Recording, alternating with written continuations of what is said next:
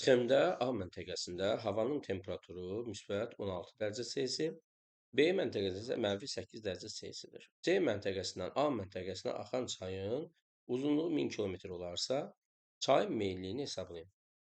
İlk növbədə biz baxaq görək burada A məntəqəsində temperatur 16, B məntəqəsində -8 isə görək ikisi arasında nə qədər temperatur fərqi və nə qədər hündürlük fərqi var. Bunun üçün ilk növbədə A ilə B arasındakı temperatur fərqlərini tapaq. Bunun üçün biz 16-dan -8-i çıxmalı olacaq.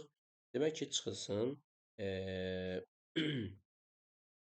-8 və beləcə biz tapacağıq ki, A ilə B arasında 24 dərəcə Selsi temperatur fərqi var və onu da bilirik ki, hər 1000 metrdən bir temperaturun 6 dərəcə Selsi dəyişdiyini nəzərə alsaq, X-ə də 24 dərəcə temperaturun dəyişdiyini də bilməli olacaq və beləcə X-i tapırıq ki, X burada 4000 metr edir.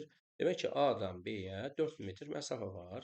Və bunu da nəzərə alaraqdan biz avtomatik buradan kəsmə yüksəkliyini müəyyənləşdirməliyik. Görək burada A-dan B-yə neçə kəsmə yüksəklik var. Belə ki, A-dan B-yə qədər kəsmələrin sayını sayaq. 1, 2, 3, 4 və 5 dənə kəsməmiz olduğunu görürük. Demək, biz bunun üçün kəsmə yüksəkliyini təyin etmək üçün 4000 metri burada 5000-ə 5 yerə bölək.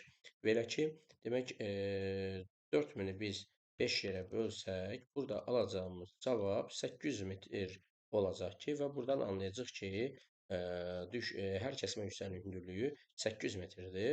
Belə ki, biz indi artıq çayın meyliyini təyin edə bilərik. Çayın meyliyini tapmaq üçün isə çayın meyliyi bərabərdir. Çayın düşməsi bölünsün çayın L, yəni çayın uzunluğuna. Çayın düşməsini artıq biz təyin etmək üçün A-dan C-yə qədər olan məsafəyə baxmalıyıq.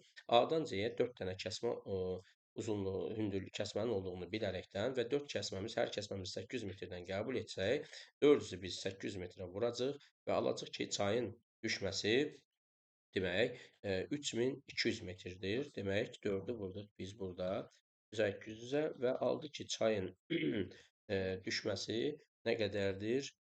Demək, düşmə 3200 metrdir. Beləcə 3200-ü də çayın uzunluğuna, yəni 1000 kilometrə bölməklə biz burada 3,2 metr bölünmüş kilometr olan çayın düşməsini müəyyənləşdirmiş, daha da çayın meyliyini müəyyənləşdirmiş olduq.